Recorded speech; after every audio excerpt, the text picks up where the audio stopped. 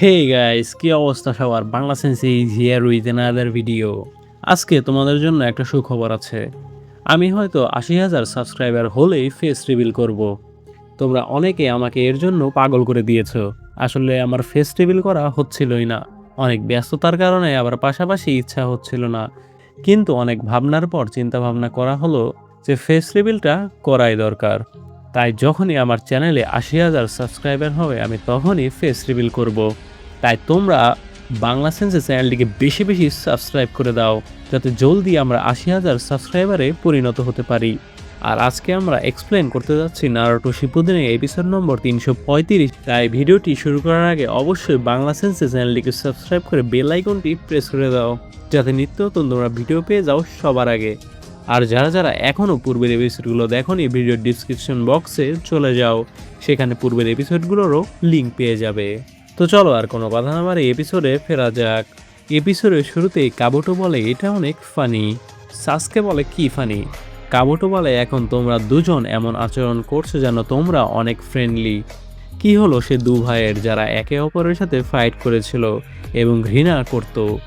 এটা ভাবা খুব কঠিন নয় যে কিছু একটা ঘটেছে তোমাদের দুজনের মধ্যে, আগে যখন তুমি তাকে মেরেছিলে। কিন্তু সাসকে, তুমি একজন মরা মানুষকে আর কি জিজ্ঞেস করতে চাও? সাসকে বলে সত্যটা। কাবুটো বলে তাই নাকি? তুমি যেভাবে কথা বলছো মনে হচ্ছে তুমি ইতাচিকে ট্রাস্টই করো না। সাসকে, হয়তো তুমি অলরেডি ইতাচির সত্যটা জানো। এখন বুঝতে পারছি ইতাচিকে হারানোর পরও তুমি কেন লিভ ভিলেজে ফিরে যাওনি। সেই কারণেই তুমি আকাৎসুকিতে জয়েন করেছিলে, যারা লিভ ভিলেজ ধ্বংস করার প্ল্যান করেছিল। এখন সব কিছুই আমার কাছে পরিষ্কার। তোমার ভাইকে যে ভিলেজ এত কষ্ট দিয়েছিল সেই ভিলেজকেই ধ্বংস করতে চাও তুমি, তাই না? দেখছি আমি ঠিকই ধরেছিলাম। তুমি তো আমার কথার প্রতিবাদও করছো না। তুমি ইতাচির পিছু পিছু এখানে এসেছো একবারের জন্য হলেও সব সত্য নিজের কানে শুনতে। সেদিন আসলে কি ঘটেছিল সবকিছু একেবারে খুঁটিনাটি পর্যন্ত জানতে। কিন্তু আমি তো আগেই বলেছি তোমার ভাই একজন মিথ্যাবাদী। ব্যাপারটা কি অদ্ভুত না? ইতাচি নিজের পরিবারকে হত্যা করেছিল ভিলেজকে প্রোটেক্ট করার জন্য, আর তুমি এখন সেই ভিলেজকেই ধ্বংস করতে চাইছো। এটা তো ঠিক তার বিপরীত। কিন্তু আমি তোমার এই গোলের সাথে একমত সাসকে। শেষ পর্যন্ত লর্ড ওরোচিমারও লিভ ধ্বংসের প্ল্যান সম্পূর্ণ করতে পারেননি। সেই অসমাপ্ত কাজের উত্তরাধিকারী এখন আমি। তাই ভালো করে ভেবে দেখো, এখনই ইতাচির পিঠে ছুরি মারার সেরা সময়। আমার সাথে হাত মেলাও সাসকে। সাসকে, কি হলো? তোমায় অপরাধ বোধে ভুগতে হবে না। সে তো আগেই মারা গেছে। এটা শুধুমাত্র ইতাচির এক রিঅ্যানিমেশন, আর কিছুই না। এরপর আমরা পাশে চলে যাই। সাসকে মুখ ঢেকে হিডেন লিফের রেস্টুরেন্টে বসে থাকে। পাশ থেকে কতজন হিডেন লিফ নিনজা ইতাচির ব্যাপারে বলাবলি করতে থাকে যে ইতাচি একজন রোগ নিনজা। এখন তার নাম বিঙ্গো বুক থেকে সরানো যাবে, কারণ এই বিশ্বাসঘাতকটি মারা গেছে। আরেকজন নিনজা বলে ক্যাপ্টেন, তাকে কে মেরেছে? ক্যাপ্টেন বলে তার ছোট ভাই সাসকে। কত আইরনিক, যে ভাইয়ের পরিবারকে সে মেরেছিল সে ভাইয়ের হাতেই সে মারা গেল। নিনজা বলে সে শুধু ক্ল্যানকেই হত্যা করেনি, বরং ভিলেজকেও ধ্বংস করতে আকাৎসুকিতেও জয়েন করেছে। সে হিডেন লিফের ইতিহাসে সব থেকে বড় ভিলেন। আমার ইচ্ছা হচ্ছে যদি তাকে আমি মারতে পারতাম। এসব শুনে সাসকে অনেক রেগে যায়। আরও বলাবলি করে যে এত বড় এক বিশেষ এস র্যাঙ্কের ক্রিমিনালকে যেহেতু সে হারিয়ে দিয়েছে, সেহেতু তার ছোট ভাই নিশ্চয়ই ভিলেজ আর নেশনের কাছ থেকে প্রচুর সম্মাননা পাবে, মোটা অঙ্কের পুরস্কারও মিলবে, তাই না? এসব শুনে সাসকে রেগে কোনায় বের করতে থাকলে তার পাশে বসে থাকা টোবি তাকে আটকায় এবং বলে তারা সত্যটা জানে না, আর তাছাড়াও এখানে অনেক লোকজন। সাসকে বলে আমি তাকে সত্যটা শেখাচ্ছি। টোবি বলে ধরো, তারা যদি ইতাচির সত্যটা জানতে নিজেদের সুপিরিয়রের কাছে যায়ও, তবুও লিভ ভিলেজের ইয়াংরা সবকিছু অস্বীকার করবে। এমনকি বর্তমান হুকাগেও পুরো সত্যটা জানেন না। আর একটা কথা ভুলে যেও না, ইতাচি উচিহা ক্ল্যানকে হত্যা করেছিল, আর হিডেন লিফে অ্যাটাকের ভান করে সে আকাৎসুকিতেও জয়েন করেছিল। তাই সত্যিটা কেউই বিশ্বাস করবে না। তুমিই তো দেখেছো, সব সত্য জানতে তোমারই কতটা সময় লেগেছে। সাসকে বলে এসব বাস্টার্ডের জন্য আমার ভাইকে ট্রেইটর মানা হয়। টবি বলে ইতাচি এটাই চাইতো। তোমার যদি এটা ভালো না লাগে তাহলে তুমি কি চাও? বর্তমানে সাসকে এসব ভেবে বলে আমরা এক নই। লিভকে ধ্বংস করা শুধুই আমার একান্ত ব্যাপার। কাবুটো বলে আমি ভালো করে বুঝতে পারছি ইতাচি কেন ওই জীবনটিই বেছে নিয়েছিল। আমিও একসময় ঠিক তার মতোই ছিলাম। লিভ ভিলেজের এক শিনবি আমাকে খুঁজে পেয়েছিল। এটা অবশ্য ভাগ্যের ব্যাপার ছিল, কিন্তু আমার পরিচয় ও অতীত না থাকায় আমাকে স্পাই হিসেবে গড়ে তোলা হয়, যাতে সবাই আমার উপর ভরসা করে। সেজন্য আমাকে কঠোরভাবে মেডিকেল নিনজুৎসু শেখানো হয়। তারপর এক ভিলেজ থেকে আরেক ভিলেজ ঘুরে বেরিয়েছি স্পাইং করতে। প্রতিবারই অন্য কারো পরিচয় নিয়ে বেঁচেছি। মিথ্যা দিয়ে ভরা আমার এক জীবন, যেখানে সত্যিকারের আমারই কোনো অস্তিত্বই ছিল না। আমাকে সত্যিকার অর্থে চিনতো এমন কোনো ফ্রেন্ডও ছিল না। ধীরে ধীরে নিজের অস্তিত্বকে চাপা দিতে শিখেছিলাম। আর একসময় এমন অবস্থা হলো আমি নিজেই ভুলে গেলাম আসলে আমি কে। ঠিক তখনই লিভ ভিলেজ আমার উপর থেকে ট্রাস্ট হারায়, আর আমাকে আমার দায়িত্ব থেকে সরিয়ে দেওয়া হলো।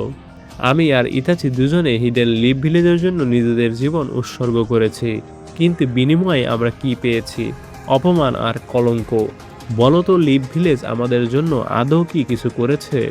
ইতাচি যেমন জীবন কাটিয়েছিল সেই জীবনই আজকের তোমাকে তৈরি করেছে। আর আমি এখনো বেঁচে থাকলেও আমার ভেতর থেকেও আমার মতোই আরেকটা অস্তিত্ব জন্ম নিয়েছে। তোমাকে আমার চেয়ে ভালো করে আর কেউ বুঝতে পারবে না, তাই আমাকে তোমার বড় ভাই হতে দাও। আমি সবসময় তোমার পাশে থাকবো। এবার আমার সাথে জয়েন করো। ইতাচি বলে সাসকে, ওর কথা শোনো না। ও আমাদের থেকে ভালো স্পাই ছিল, যার মানে সে মিথ্যা বলায় আমার থেকেও ভালো। এই ভিলেজে যতই অন্ধকার লুকিয়ে থাকুক বা যত অন্যায় লুকিয়ে থাকুক না কেন, আমি আজও হিডেন লিফের Itachi Uchiha, the Itachi Uchiha of the leaf. Sasuke, আজ তুমি এমন হয়েছো তার জন্য একমাত্র আমিই দায়ী। আমি জানি তোমাকে কোনো অ্যাডভাইস দেওয়ার অধিকার আমার আর নেই, তবু আমার কিছু কথা তোমার শোনা দরকার, কারণ তোমাকে এমন কিছু বলতে চাই যা আমি না বলে চলে যেতে পারি না। কিন্তু তার আগে চলো আমাদের কাজটা শেষ করি। প্রথমে এই কাবুটোকে থামাই। কাবুটো বলে, যতক্ষণ আমি রিঅ্যানিমেশন জুৎসুর ইউজার, ততক্ষণ তোমরা আমাকে মারতে পারবে না। আর তোমরা আমাকে যত আঘাতই করো না কেন, আমি মুহূর্তের মধ্যেই হিল হয়ে যাব। তাই তোমাদের সব চেষ্টা সম্পূর্ণ অর্থহীন। আমি নিজের চোখের দৃষ্টি বন্ধ করে দিয়েছি। তাই তোমাদের সেই বহুল প্রশংসিত ভিজুয়াল প্রাওয়াসের গেনজুৎসু আমার ওপর কোনো কাজ করবে না। তোমরা দুই ভাই আমাকে কখনোই হারাতে পারবে না, কারণ এই রিঅ্যানিমেশন জুৎসু আমি ব্যবহার করেছি। আর যতক্ষণ সেটা আমার কন্ট্রোলে আছে ততক্ষণ এই জুৎসু ইনভিনসিবল। ইতাচি বলে তার কথাগুলো শোনা পেইনফুল, কিন্তু সে পরিস্থিতি ভালোভাবে এক্সপ্লেন করেছে। সাসকে বলে, হ্যাঁ জানি, তোমাকে এটা বলতে হবে না। তো এখন আমরা কি করব? ইতাচি বলে সে উচিহাদের ট্রু পাওয়ার জানে না। উচিহাদের কাছে এমন এক ভিজুয়াল জুৎসু আছে যেটা অপোনেন্টের চোখের দৃষ্টি না থাকলেও তার উপর প্রয়োগ করা যায়, তবে তার বিনিময়ে কাস্টারকে নিজের চোখে লাইট চিরতরে হারাতে হয়। এ শুনে সাসকের ডানজোর ইউজ করা ইজানাগির কথা মনে পড়ে। আমরা তো জানি ডানজো ইজানাগি জুৎসু দিয়ে কিভাবে সাসকের সাথে ফাইট করেছিল। সাসকে বর্তমানে বলে ইজানাগি। ইতাচি বলে, তুমি এই ব্যাপারটা জানো? সাসকে বলে, ডানজো আমার বিরুদ্ধে ইউজ করেছিল। ইতাচি বলে, তুমি অনেক লাকি যে তুমি এখনো বেঁচে আছো। সাসকে বলে, এটা বলো ইজানাগি কিভাবে ইউজ করব। ইতাচি বলে, আমি ইজানাগির কথা বলছি না, আরেকটি নিষিদ্ধ জুৎসু যাকে ইজানাগির অপর হাফ বলা হয়। সব প্রস্তুতি আমি আগেই নিয়ে রেখেছি। এবার এমন এক ভিজুয়াল জুৎসু ইউজ করব যা তার ভাগ্যকেই নিজের নিয়ন্ত্রণে বন্দি করবে, যার নাম ইজানামি। তখনই কাবুটো ইতাচিকে মারতে আসে। ইতাচি কাবুটোর অ্যাটাক আটকিয়ে ফেলে। ইতাচি পিছিয়ে এসে সাসকেকে বলে, ইজানাগি যদি এমন এক জুৎসু হয় যা নিজের ভাগ্যকে বদলে দেয়, তাহলে ইজানামি হলো সেই জুৎসু যা ভাগ্যকে ডিসাইড করে। সাসকে, আমার সাইড থেকে সরে যেও না। কাবুটো বলে, আমি জানি না তোমরা কি করতে যাচ্ছ, কিন্তু তোমাদের কোনো অ্যাটাকই কাজ করবে না আমার বিরুদ্ধে। মনে হচ্ছে তোমরা এখনো বুঝছো না আমি কে। বলে কাবুটো সেজার্ড ইনঅর্গানিক জুৎসু ইউজ করে। এতে ওপরের সরু পাথর নিচে ছুটে আসে এবং সরু পাথরটি ইতাচির পেটে ঢুকে পড়ে। এ দেখে সাসকে ইতাচি বলে চিল্লিয়ে ওঠে। কাবুটো বলে, এই জুৎসু মৃতদের আবার জীবিত করে তোলে আর তাদের আমার ইচ্ছামতো কন্ট্রোল করতে দেয়। এরা সাধারণত চাকরা দিয়ে কাউকে কন্ট্রোল করার মতো জুৎসু নয়, একটু বেশি এক্সট্রিম মনে হয় না? সাসকেকে সুসানো দিয়ে রক্ষা করতে গিয়ে তোমার স্পিডই কমে গেল, তবে চিন্তা করো না, সাসকের কোনো ক্ষতি আমি করব না, সে তো আমার অমূল্য টেস্ট সাবজেক্ট। বলে কাবুটো কুনাইয়ের একটি ট্যাগ লাগিয়ে বলে, এবার এটা দিয়ে তোমার মাইন্ড নতুন করে লিখে দেওয়ার সময় এসেছে। এরপর কি হবে সেটা নিশ্চয়ই তোমার অজানা নয়। এবং কাবুটো ইতাচির দিকে দৌড়ে আসতে থাকে। এ দেখে সাসকে আমাতেরাসু দিয়ে তাদের চারপাশে গোলবৃত্ত তৈরি করে, যেন কাবুটো বৃত্তের মাঝে ঢুকতে না পারে। ইতাচি নিজেকে সেই সরু পাথর থেকে বের হতে থাকে। কাবুটো বলে, দারুণ ভিজুয়াল পাওয়ার। আমাতেরাসুর এতই তাপ যে ইতাচির ভেতরের পাথরটিও গলিয়ে দিল এবং ইতাচির বডি ছেদ হয়ে যায়। একটু পরেই ইতাচি উধাও হয়ে যায়। সে সাসকেকে সরি জানায়। কাবুটো বলে, দুঃখিত, কিন্তু এই জয়টা আমার। আমি এখন সেই লক্ষ্যের একবারে দোরগোড়ায় দাঁড়িয়ে, যেখানে সবকিছু অর্জন করা, এমনকি সবকিছুকে নিজের কন্ট্রোলে আনা আর মাত্র একটি স্টেপের ব্যাপার। এত দূর এসে আমি নিজের হারার কথা কল্পনাও করতে পারি না। নেচারের সমস্ত নিয়ম, নীতি আর রহস্য, যেগুলো নিয়ে লর্ড ওরচিমারও বছরের পর বছর এক্সপেরিমেন্ট করেছিলেন, যেসব জ্ঞান এখন আমার ভেতরেই, আমি সেগুলো নিজের শক্তি হিসেবে ব্যবহার করছি। আমি মানুষ থেকে সাপে আর সাপ থেকে ড্রাগনে রূপান্তরিত হয়েছি। এই পৃথিবীতে সেজ অব দ্য সিক্স পাথের সবথেকে কাছের অস্তিত্ব এখন আমিই। আমার সাথে তুলনা করলে উচিয়ারা তো কিছুই না। সাসকে রেগে বলে, চুপ থাকো, তুমি উচিয়া সম্পর্কে কি জানো? ইতাচি সাসকেকে থামিয়ে বলে, কাবুটো, তোমার দিকে তাকালে মনে হয় যেন নিজের অতীতকেই দেখছি, আর ঠিক সেই কারণেই তুমি হারবে। সাসকে আমাতেরাসুকে আরো পাওয়ারফুল করে। কাবুটো বলে, শোনো, আমি আর এই যুদ্ধের বাইরের কোনো দর্শক নই, বরং বলা যায় এই যুদ্ধের অন্যতম সেন্টার ফিগার আমি। আকাৎসুকিকে আমি নিজের ইচ্ছামতো নাচিয়েছি। এই পুরো ওয়ারকে নিজের প্ল্যান অনুযায়ী পরিচালনা করেছি। এমনকি উচিহা দুই ভাইকেও এমন এক কোণঠাসা অবস্থায় ঠেলে দিয়েছি, যেখান থেকে তাদের আর কোনো পথ খোলা ছিল না। ইতাচি বলে, কাবুটো, আমি তোমায় ঘৃণা করলেও তোমায় বুঝতে পারি। আমরা দুজনেই ছিলাম স্পাই, এই পৃথিবীতে মিথ্যা পরিচয় নিয়ে বেঁচে থাকা মানুষ। একসময় আমিও ভুলে গিয়েছিলাম আসলে আমি কে, কিন্তু এখন আমি বুঝেছি, নিজেকে জানা মানে সবকিছু অর্জন করা নয়, পারফেক্ট হয়ে ওঠাও নয়। নিজেকে সত্যিকার অর্থে জানা মানে হলো নিজের লিমিট কোথায়, কি পাবো আর কি পাবো না সেটা মেনে নেওয়া এবং বুঝতে পারা। কাবুটো বলে, শুনে তো লুজারদের কথার মতোই লাগছে।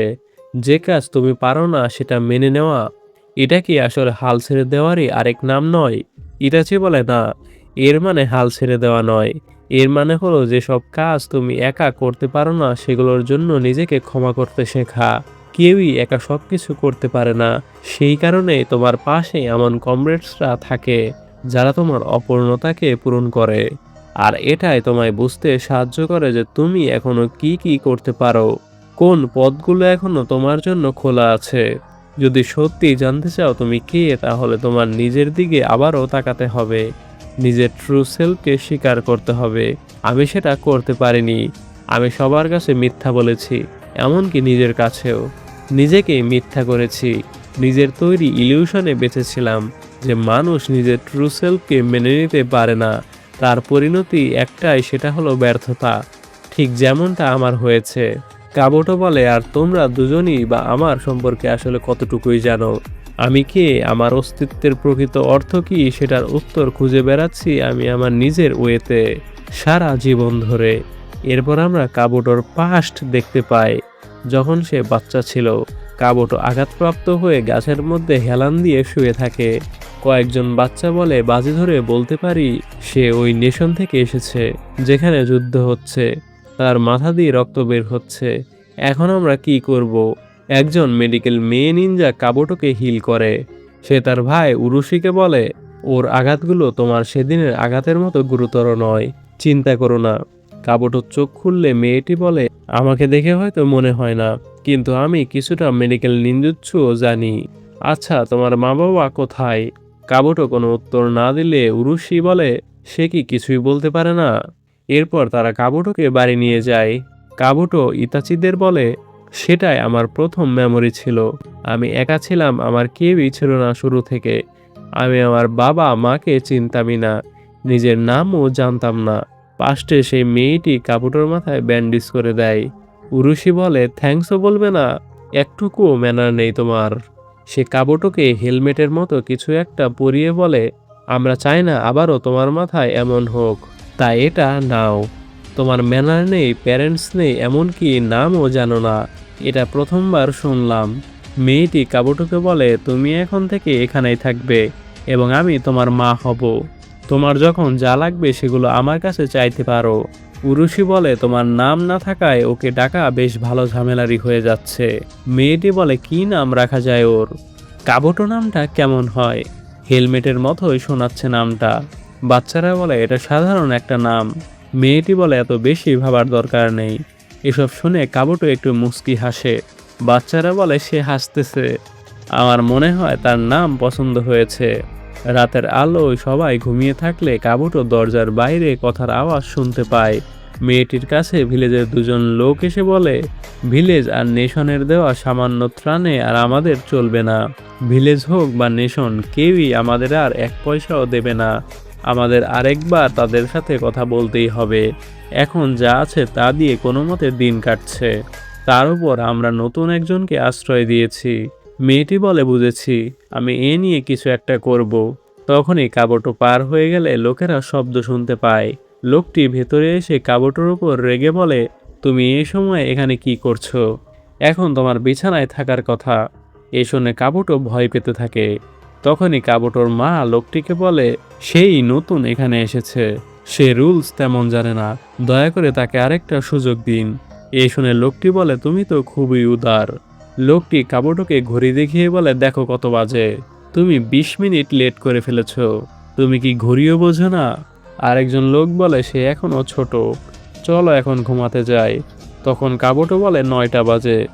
তার মা বলে, হ্যাঁ ঠিক। লোকটি হেসে বলে, মনে হচ্ছে সে বোঝে, কিন্তু ঠিকমতো দেখতে পারে না, তার ভীষণ খারাপ, তো তাকে একটা চশমা কিনে দেই। মহিলাটি বলে, কি, তুমি এই টাকা কই পাবে? তুমি যদি দেখতে না পাও তাহলে কথা তো বলতেই পারবে। তখন কাবুটোর মা তার চশমা খুলে দিয়ে কাবুটোকে পরিয়ে দেয় এবং বলে, এখন থেকে তুমি সময় দেখতে পারবে। আশা করছি এই লেন্সগুলো কাজ করবে। এসব শুনে কাবুটো কাঁদতে কাঁদতে বলে, ধন্যবাদ। কাবুটো ইতাচিদের বলে, আমার নামটা শুধু একটা সিম্বল ছিল, এই চশমাটাও শুধু একটা টুল। আমি কেউই ছিলাম না, শুরু থেকে আমার নিজের বলে কিছুই ছিল না। আর এর সাথে এপিসোডের সমাপ্তি ঘটে। তো গাইস, এপিসোডটি কেমন লাগলো তা অবশ্যই আমাদের কমেন্ট বক্সে জানিয়ে দিও। ভিডিওটি ভালো লাগলে বাংলা সেন্সে চ্যানেলটিকে সাবস্ক্রাইব করে বেল আইকনটি প্রেস করে দাও, যাতে নিত্য নতুন তোমরা ভিডিও পেয়ে যাও সবার আগে। Thanks for watching.